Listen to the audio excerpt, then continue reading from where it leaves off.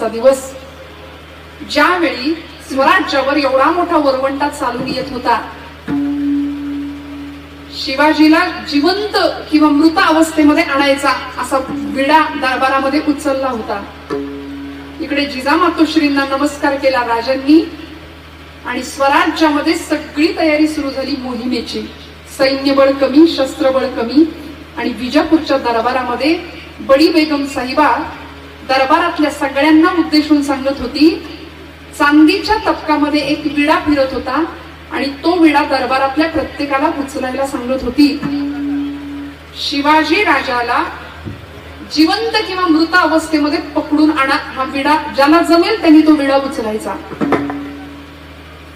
दरबारामध्ये सगळी शांतता, कारण बडी बेगम साहिबा ते तबक जसं फिरत होतं ना, कुणीच तो विडा उचलायला तयार नाही, कारण माहिती होतं शिवाजी जैसा दिलदार दोस्त नहीं और शिवाजी जैसा खूंखार दुश्मन भी नहीं. कारण राजा आहे, छत्रपती शिवप्रभू, हिंदवी स्वराज्य संस्थापक छत्रपती शिवप्रभू.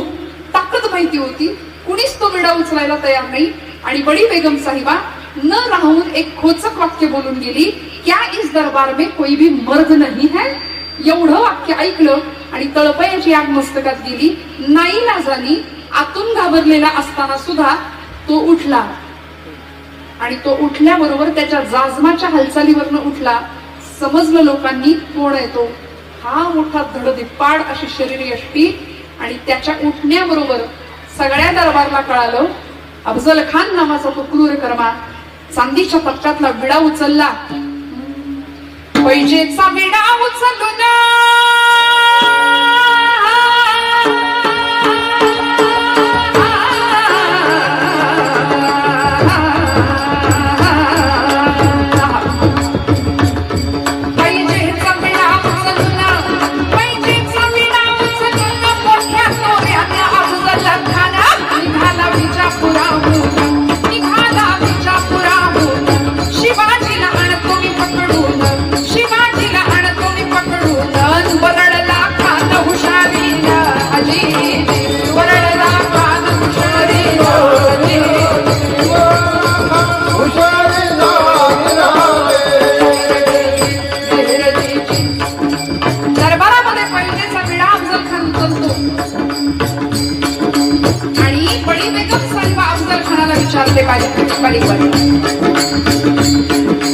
बड़ी बेगम साहिबा अफजल खानाला विचारते, अफजल, शिवाजी को पकडने के लिए कितनी फौज चाहिए बताओ, किती मोहिमेवर सैन्य पाहिजे. अफजल खान म्हणतो, युही कोई 20-22 हजार, 22,000 राजांना पकडायला. आणि वर काय म्हणतो, शिवाजी तो उंदीर डोंगराचा, शिवाजी तो उंदीर डोंगराचा, पच्छ मराठ्याचा नेम काय त्याचा, कदाचित घेईल माझा प्राण. 20,000 सैन्य घेऊन, 20,000 सैन्य घेऊन निघाला मोठ्या तयारीनं, निघाला मोठ्या तयारीनं.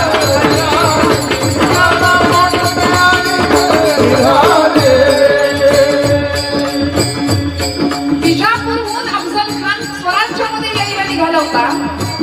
खरं तर सरळ थेट रस्ता होता स्वराज्याच्या दिशेने. नॅशनल हायवे त्यावेळी नव्हता, पण सरळ येता आलं असतं. पण अफजल खान नावाचा तो पठाण होता, त्याचं नावच होतं बच्चीगंज. बारीक वाजवा, बोलत असताना बारीक वाजवा. म्हणजे मूर्तिभंजक, मूर्तिभंजक असं म्हणतात. जो मूर्ती फोडायचा, आपल्या अनेक बायकांना मारून टाकलं, खून की बावडी म्हणून बघायला मिळते विहीर तिथून विजापुरात. आणि तो निघाला विजापूरहून. मनामध्ये विचार करतो की हिंदूंच्या देवता इतक्या ताकदवान असतील तर मी त्यांना फोडणार, म्हणून सरळ स्वराज्यात न येता तुळजापूरला गेला अफजल खान. आणि आमच्या कुलस्वामिनी महाराष्ट्राची, त्या महाराष्ट्राच्या कुलस्वामिनी आई जगदंबा तुळजाभवानीच्या दरबारामध्ये आपला हत्ती आणला. आपल्याच लोकांना सांगितलं, देवीची गंडकी शिळेची मूर्ती उमटून आणली गेली, तुळजापूरला धडक मारली, तुळजापूरला धडक मारली, भवानी फोडली, भवानी फोडली. प्रलय मांडीला पंढरपुराला, प्रलय मांडीला पंढरपुराला, प्रजा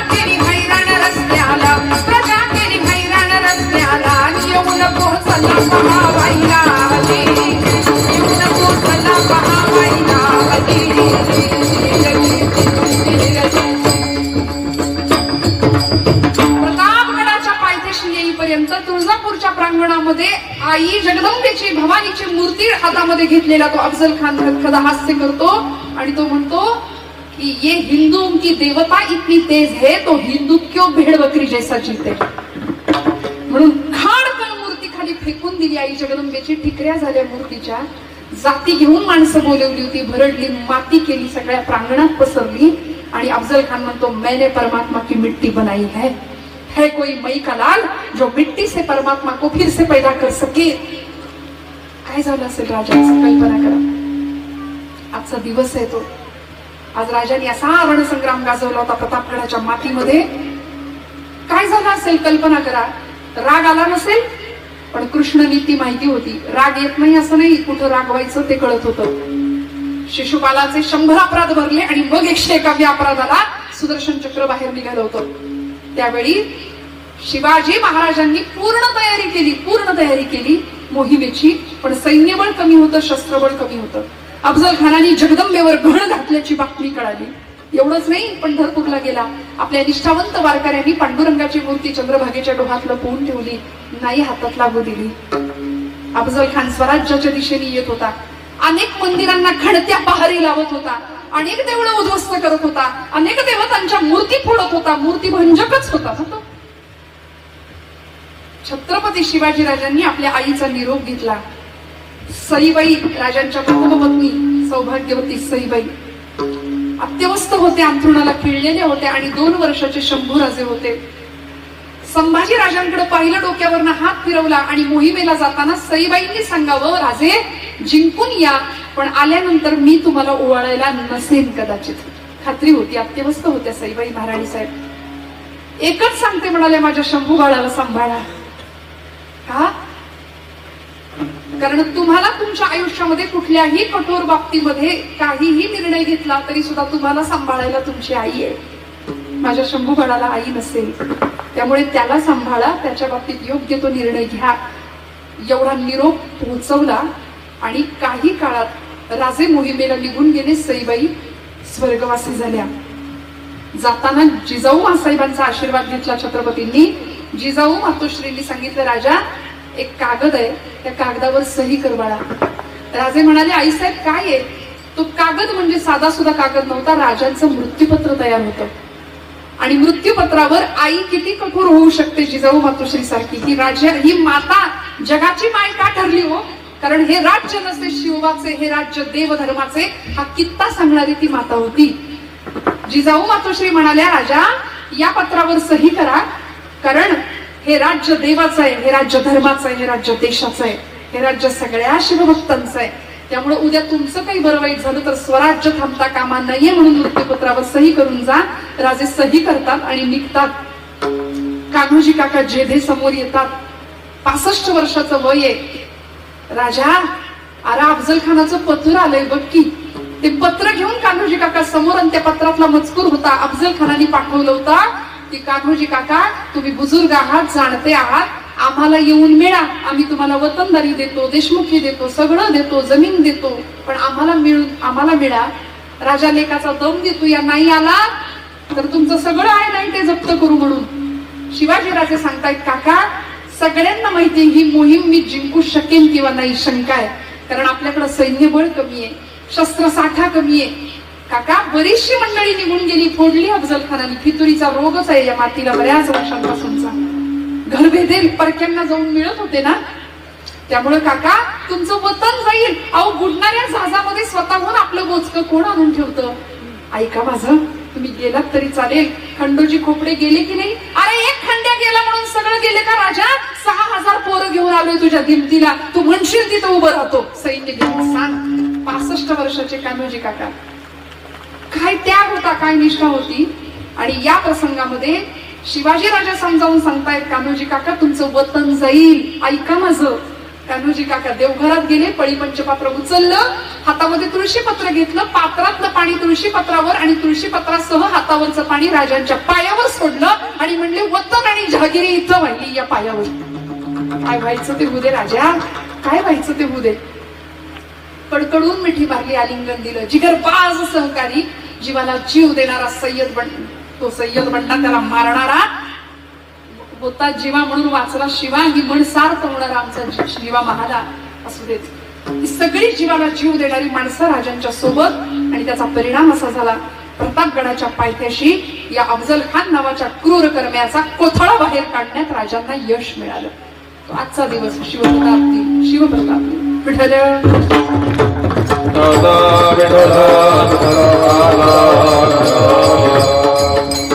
भगवंत सामर्थ्य आहे चळवळीचे, जो जो करील तयाचे, परंतु तेथे भगवंताचे अधिष्ठान पाहिजे. चळवळ योग्य दिशेने जात असेल तर भगवंत पाठीराखा उभा राहतो.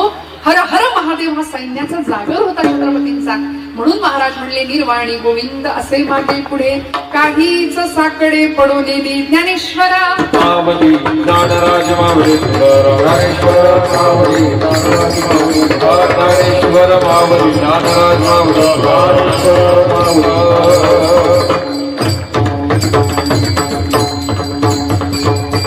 कर्मे ईशु बजावा किंवा कर्म पूजा, अगा सर्वात्मका ईश्वरा स्वकर्म भस्मांची वीरा, पूजा केली होया पारा तोषा लागी.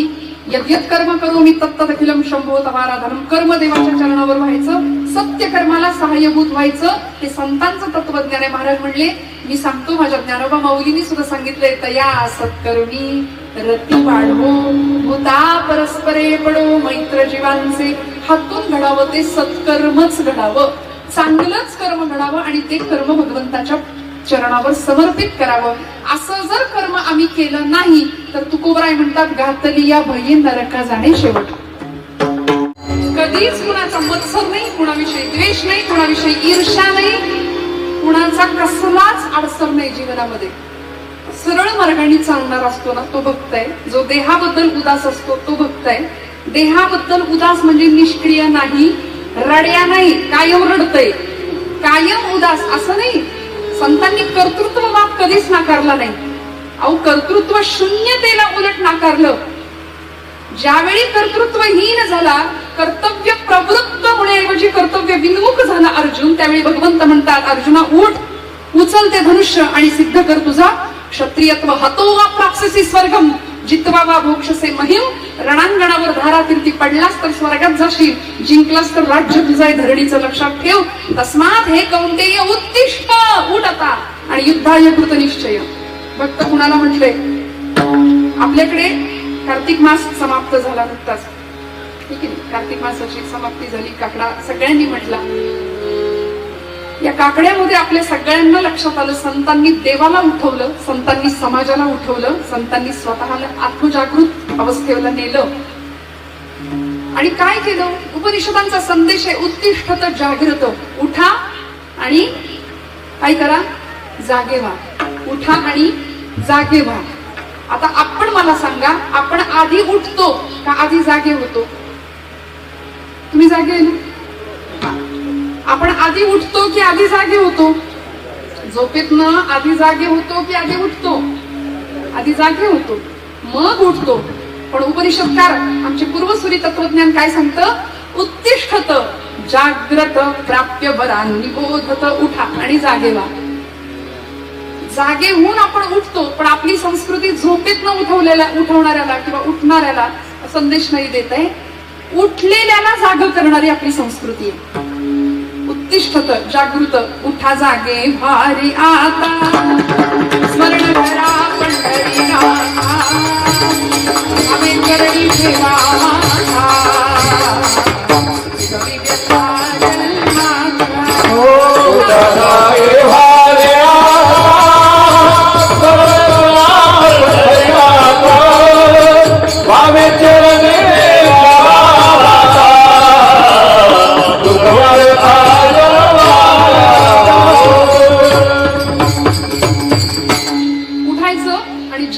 श्वास घ्यायचा. प्रत्येक भक्त कुणाला म्हणायचं? जो देहाविषयी उदास आहे. देहाविषयी उदास म्हणजे काहीच खायचं नाही, मला खायला प्यायला काही नको, उपास आहे, सारखा उपास आहे म्हणजे भक्त नाही. अहो, शरीरम आद्यम खलु धर्म साधनम. शरीर हे धर्माचं साधन आहे, म्हणून ज्यांनी बलभीमाची उपासना केली, आरोग्य संपन्न देह राखला आणि आपला देह देवाच्या देशाच्या धर्माच्या कामासाठी ज्यांनी झिजवला, त्याला म्हणायचं भक्त. जो देहाचे चोचले न पुरवता देहापेक्षा सुद्धा देवाचं महत्व ज्याला कळलं, तो भक्त आहे. भक्त म्हणजे जो विभक्त नाहीये तो भक्त आहे. विठ्ठल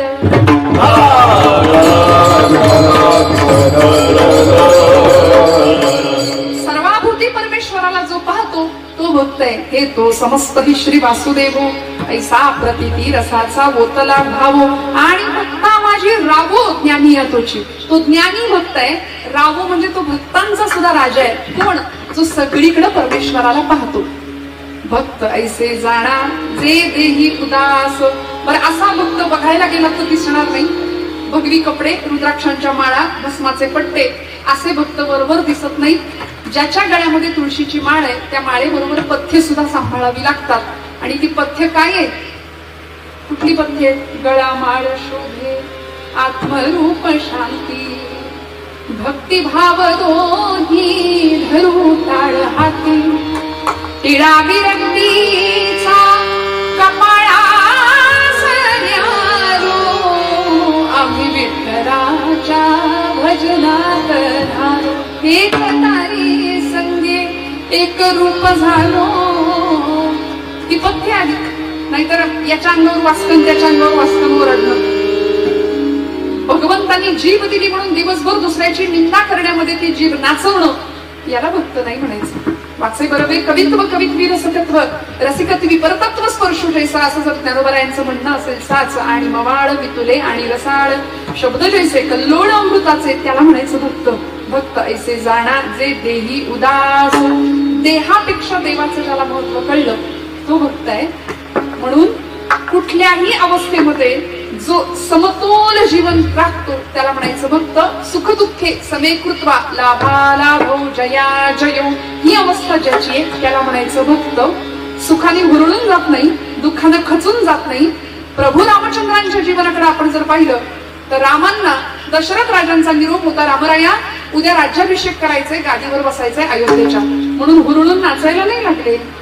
आपण सत्ता मिळणार म्हटल्यानंतर आधीच गुलाल उधळतात नाही का? काही निवडणुकी आधी पडतात, काही निवडणुकी नंतर पडतात. नाही कळलं? जमतं. मग एवढ्या सगळ्या खटाटोपामध्ये सगळ्यांना सध्या भूक आहे, सत्तेची, संपत्तीची, पैशाची, सगळ्यांना भूक आहे. पण मग प्रभू रामचंद्रांना ज्यावेळी कळतं की मला सिंहासनावर गादीवर बसायला मिळणार आहे त्यावेळी तितकेच शांत आहे, तितकेच शांत आहे. त्यानंतर काही काळाने दशरथ राजेचा आणि कैकेयी मातेचा संवाद झाला. त्या संवादामध्ये रामप्रभूंना 14 वर्षांचा वनवास आणि भरताला राज्यपद हे वचन, त्या वचनाची आठवण करून दिली आणि रामांना सांगण्यात आलं की रामराया उद्या राज्यपद नाही, राज्याभिषेक नाही, उद्या वल्कल परिधान करायचे आणि वनवासात जायचं. प्रभू म्हटले आय एक्सेप्ट इट. मी तेही स्वीकारलं होतं आणि हेही तितक्याच शांततेने स्वीकारलंय.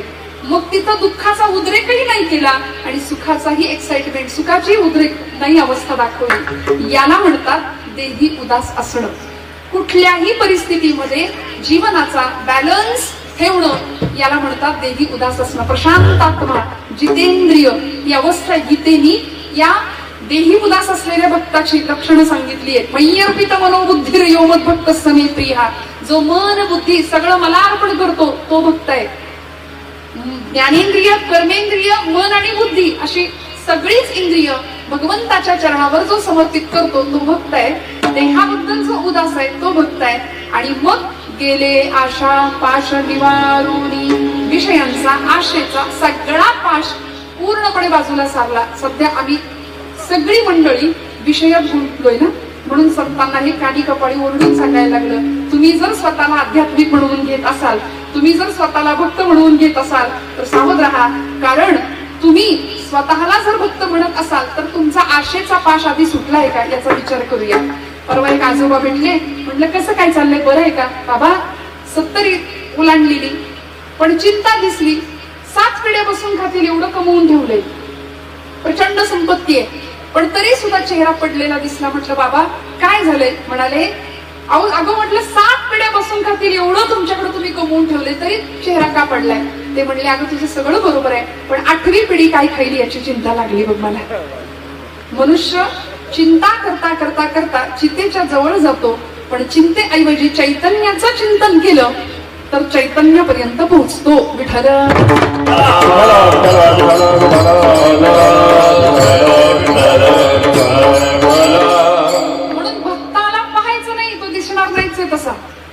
भगवान प्रभू दत्तात्रेयांची मूर्ती नाथबाबांनी सांगितली आम्हाला, त्रिगुणात्मक त्रयी मूर्ती दत्त हा. काय म्हटले? पहा म्हटले का? पहा नाही म्हटले, जाणा, जाणून घ्या. पाहायला गेलं तर तसं दिसणारच नाही. आता आमची कॉलेजची पोरं आम्हाला फार प्रश्न विचारतात, काय काय ताई तुम्ही मॅजिकच्या गोष्टी सांगता, चमत्कार काय सांगता, पुराणातली वांगी काय सांगता. आमचं लॉजिक सुरू झालं की तुमचं मॅजिक बंद होतं म्हणले. म्हटलं काय लॉजिक आहे बाबा? म्हणाले असं बायोलॉजिकली कुठे शक्यच नाही. 3 तोंडांची मूर्ती, काय तुमच्या देवदेवतांबद्दल तुम्ही अर्थ सांगता? अरे बाबा म्हटलं, नाथांनी तसा देव बघायला सांगितलाच नाही, तो दिसणारच नाही, तो जाणायला सांगितलाय. सत्व रजतम अशी त्रिगुणात्मक असलेली दत्तप्रभूंची ती मूर्ती आहे. त्रिगुणात्मक त्रयी मूर्ती दत्त हा पहा म्हटली असती की मग ते जाणा म्हटले. जाणून घेण्याच्या काही गोष्टी आहेत. तसं भक्ताला तुकोबराय म्हणतात, जाणून घेतलं पाहिजे. खरा भक्त हा देही उदास असतो. प्रपंच जरी करत असला तरी त्याच्या प्रपंचामध्ये देव असतो. आता मला सांगा, आपल्या प्रपंचात देव आहे का? नाही. आपण म्हणतो हा माझा, तो माझा, बंगला माझा, गाडी माझी, घर माझं, दार माझं, पोरग माझं, सगळं माझं. तसा देवा तू पण रे आमचाच, तू पण माझाच. पण मीराबाईंना विचारा, मीराबाई म्हणतात, मेरे तो गिरीधर गोपाल दुसरा न होई. हे म्हणायला धाडस लागतं. सगळं माझं एक वेळ आपण म्हणतो, पण मीराबाई म्हणतात मेरे तो गिरीधर गोपाल, माझा फक्त तोच आहे, बाकी सगळं बाजूला राहिलं. देवभक्त, देशभक्त आणि धर्मभक्त या 3ही गोष्टी अनुस्यूत आल्या. देवाची भक्ती, देशाची भक्ती आणि धर्माची भक्ती. महाराजांना विचारलं, महाराज तुमचं काम काय आहे इथे येण्यामागचं? महाराज म्हणले, हेच आम्हा करणे काम. बीज वाढवावे नाम धर्माचे पालन, धर्माचे पालन,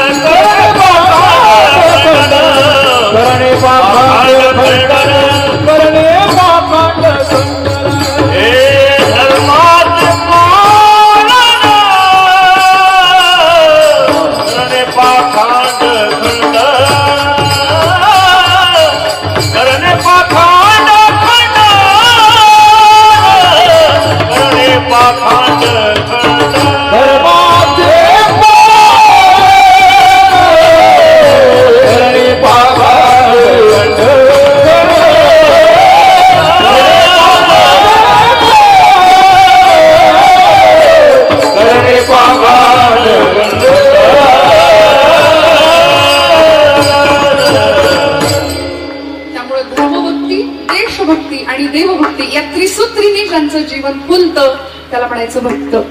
भक्त ऐसे जाणाचे देही उदास केले, आशा पाश निवारुनी. व्यक्तिगत मोहाचा, आशेचा पाश सगळा जुगरून दिला. किंबहुना कुठल्याही परिस्थितीमध्ये समतोल राहिले. तुकोबरायांच्याकडे काय होतं मंडळी? काही नव्हतं, काही नव्हतं. 18 विश्व दारिद्र्य होतं, पण तरी सुद्धा सगळं लोकांच्याकडे वाटून दिलं, देऊन दिलं. पण भगवंताच्या नाम संकीर्तनामध्ये अखंड भावनाथाच्या डोंगरावर शांतपणे पांडुरंग हरी वासुदेव हरी. आणि काय करत होते? तुका म्हणे होय मनाशी संवाद, आपुलाची वाद आपण. या अवस्थेला पोहोचले. ही अवस्था देही उदास असण्याची अवस्था आहे. गेले आशा पाश निवारुनी. नाथांचा प्रपंच किती श्रीमंत होता, किती श्रीमंत होता. कुठल्याही परिस्थितीमध्ये समतोल. प्रचंड श्रीमंती आहे नाथांकडं, पण तरी सुद्धा भगवंताला ज्यांच्या घरात यावं वाटलं, राबावं वाटलं, पडेल ते काम करावं वाटलं, नाथ बाबा देही उदास होते. तुमच्या माझ्या प्रपंचात देव येत नाही. पांडवांच्याकडे देव जातो, भक्तांच्याकडे देव जातो. द्वारकेचे राणे पांडवा घरी, किंवा द्वारकेचा राणा पांडवा घरी. ज्ञानदेव म्हणे, व्यासाची या खुणा. काय खुण सांगितली? अहो तो राणा, तो जगत चालक पांडवांच्या दारात गेला, घरात गेला. का? कारण अखंड सेवा, अखंड भक्ती, देही उदास असलेली जीवनवृत्ती. त्यामुळं प्रत्येक आशेचा पाश झुगारून दिला. जगद्गुरु आद्य शंकराचार्य म्हणतात, आशा नावाची एक साखळी आहे, ती तुमच्या माझ्या पायात कायम अडकलेली आहे. आणि ती साखळी अशी आश्चर्यकारक आहे की ती साखळी पायात पडली की माणूस धावतोय, उलट होतोय. एरवी बेडी पायात पडली की माणूस धावू शकत नाही, जागच्या जागी थांबतो. पण आशेची साखळी पायात पडली की माणूस जास्त वेगाने धावतो. आशानाम मनुष्याणाम काचिदाश्चर्य शृंखला याबद्धा प्रभावंती मुक्तास्तिष्ठन्ति पंगुवत. एखाद्या पांगळ्यासारखी अवस्था होते, आशेची साखळी पडून गेली बाजूला की. त्यामुळे इतकी विलक्षण ओढ आहे आम्हाला धावण्याची. मनुष्य जीव अखंड धावतोय, अखंड. नाथांना विचारलं, नाथ बाबा किती धावाधाव करायची? नाथ महाराज शांती ब्रह्म होते, नाथ महाराज देही उदास होते. नाथांनी आम्हाला सांगितलं, अरे आशेचा हा पाश आहे ना, तो झुगारून टाका. शांती परते नाही सुख, शांती परते नाही सुख. शांती परते नाही सुख, शांती परते नाही सुख. शांती परते नाही सुख, ये राम घेते दुःख. शांती परते नाही सुख, ये राम घेते दुःख.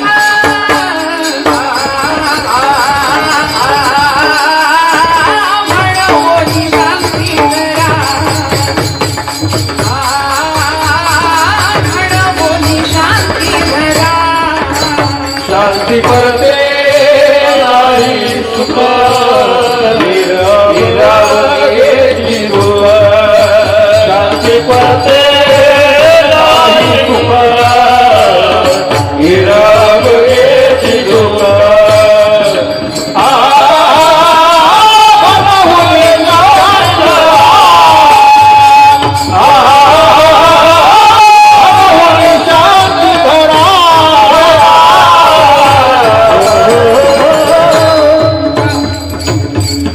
म्हणोनी शांती धरा, उतराल पहिल्या तिरा. म्हणोनी शांती धरा. आहे का सध्या शांती? शांती आहे का? घरातली शांती नाही नावाची शांती आहे का हो? नाही. वक वक वक वक, नुसती वक वक. सगळीकडे धावतोय. सुखा लागी तरीसी तळमळ, परी तू पंढरीशी जाय एक वेळ. मग तू अवघाची सुखरूप होय. दिला की पत्ता सगळ्या संतांनी दिला, पण तरी सुद्धा आमची वकवक नाही थांबत. अखंड आशेच्या मागे हा जीव धावतोय, अखंड. म्हणून संतांनी भक्ताची व्याख्या करताना तुकोबाराय म्हणले, गेले आशापाश निवारुनी. संतांचा विषय एकच आहे, दुसरं चरण. विषय तो त्यांचा झाला नारायण, विषय तो त्यांचा झाला नारायण. विषय तो त्यांचा झाला नारायण, विषय तो त्यांचा झाला नारायण. हो विषय तो त्यांचा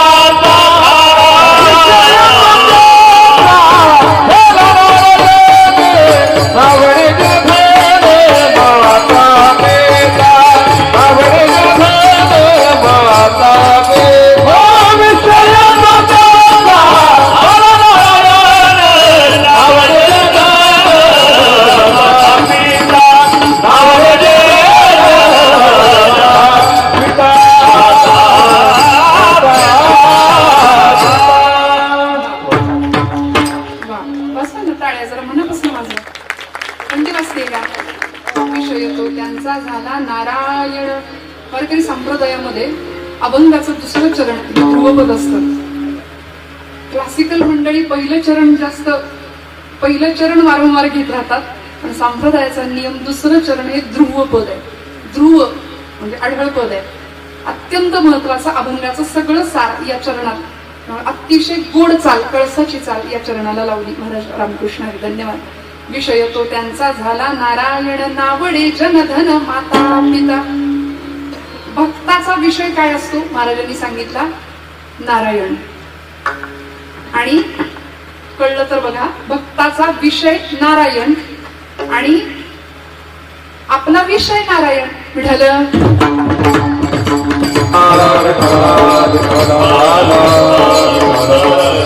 नाही कळलं, अजून सांगते थोडस सोपं करून. नारायण हाच भक्ताचा विषय असतो, आपला विषय हाच नारायण ठरतो. सगळं लक्ष विषयामध्ये, पंचभौतिक विषयांमध्ये अखंड हा जीव गुंतलेला आहे, गुरफटलेला आहे. तो भुंगा असतो बघा कमळाच्या कोशामध्ये. गेला एक दिवस मकरंद सेवन करता करता घेई छंद मकरंद, परिसोडीना ध्यास कुंजनात हा दंग. इतकं दंग झाला त्याच्यामध्ये. कोण? भ्रमर, भुंगा. त्याचा परिणाम असा झाला की निसर्गाच्या नियमाप्रमाणे सूर्यास्ताला ते कमळ मिटलं आणि मिटणाऱ्या कमळामध्ये तो भुंगा अडकला, भ्रमर अडकला. तो भ्रमर असा विचार करतोय की आता सूर्योदय होईल, मग ही कमलिनी फुलेल, मग मी त्यातनं बाहेर पडेल, अशा विचारात तो भुंगा होता. त्याच वेळी त्या रात्री त्या सरोवरामध्ये एक हत्ती आला आणि हत्तीने ते कमळाचं फुल देठा सकट उपटून टाकलं आणि दूरवर फेकून दिलं. आता देठा सकट उपटलेल्या त्या कमळाचं फुल, ते सूर्योदय असू दे तर सूर्याचं फुलेल का? नाही फुलणार. न फुलणाऱ्या कमलकोशामध्ये तो भ्रमर आता फुलेल, मग फुलेल. वास्तविक त्याला पाकळी कातरता येणं सोपं होतं. एरवी लाकूड पोखरणारा तो भुंगा, त्याला कमळाची पाकळी कातरता येत नाही, पण तो काय विचार करतोय? उमलेल उमलेल उमलेल असं करता करता गुदमरला की मेला. कुणाचं चाललंय? आता करू, मग करू नाम, मग करू प्रपंच, मग करू कीर्तन, मग करू ध्यान, मग करू नामसाधना, रिटायरमेंट झाल्यावर कीर्तनाला जाऊ, आतापासून कशाला, असं करता करता करता करता भ्रमर. नाही का? आमचंही असंच होतं की नाही? आमचंही असंच होतं. म्हणून संतांनी नारायणाला विषय बनवलं, विषयाला नारायण नाही बनवलं.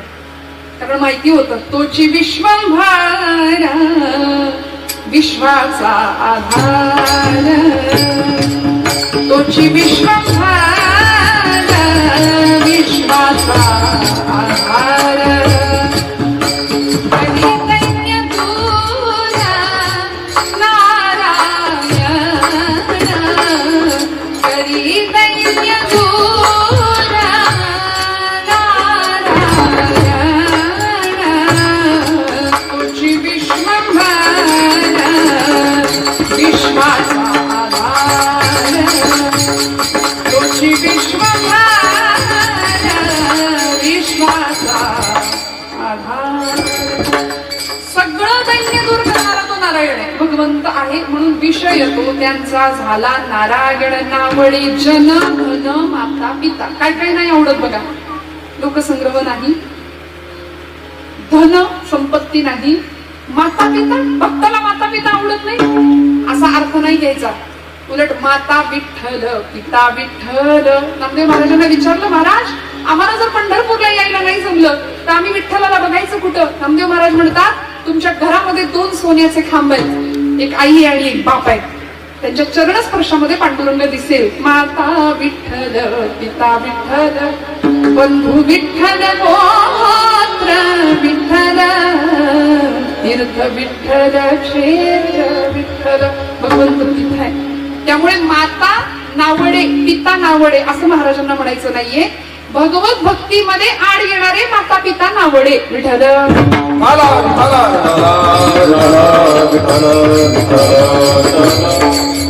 असुर कुळामध्ये जन्मलेला भक्तराज प्रल्हाद, प्रल्हादाचे पिता हिरण्यकश्यपू आणि हिरण्यकश्यपू साठी भगवंतांनी एक अवतार घेतला, तो म्हणजे नरसिंह. ब्रह्मदेवाकडून वरदान मागून घेतलं होतं, कुठल्याही वेळी मला मरण नको. अनेक अटी होत्या. ब्रह्मदेवानी विचार केला, एवढ्या सगळ्या अटी यांनी मागितल्यात, अटी यांनी पूर्ण करायला मला सांगितल्यात, हा मरायचा तरी कसा? ब्रह्मदेव म्हणाले, जाऊ दे तथास्तु म्हणून मोकळं होऊया, देव बघून गेली, याचं काय करायचं. रात्री नाही, दिवसा नाही, आत नाही, बाहेर नाही, आकाशात नाही, जमिनीवर नाही, शस्त्रांनी नाही, अस्त्रांनी नाही, माणसाकडून नाही, पशुकडून नाही. हा मरायचा तरी कसा? म्हणून देवानी नरसिंह हा अवतार घेतला आणि भगवंतांनी हिरण्यकश्यपूला संपवलं. प्रल्हादाला अत्यंत जाच आणि अत्यंत त्रास देणारा असा पिता भगवंतांनी संपवला. तुकोबराय म्हणतात, नावडे जनधन माता पिता. असे भक्तीच्या मार्गामध्ये आढळणारे माता पिता सुद्धा आम्ही नाकारतो, कारण आमचा फक्त तो माता आणि ती माता आणि तो पिता, जगाचा बाप तिकडे विटेवर उभा आहे, तीच आई, तोच पिता. आपण म्हणतो ज्याला कुणी नाही ना त्याला ज्ञानोबा आहे, ज्याला कुणी नाही त्याला तुकोबा आहे. आम्ही संतांचं माहेर सुद्धा निजधाम होतं, आलो निजाच्या माहेर असं म्हणायचं. त्यामुळे विषय तो त्यांचा झाला नारायण नावडे जनधन माता पिता विठोबा रखुमाई.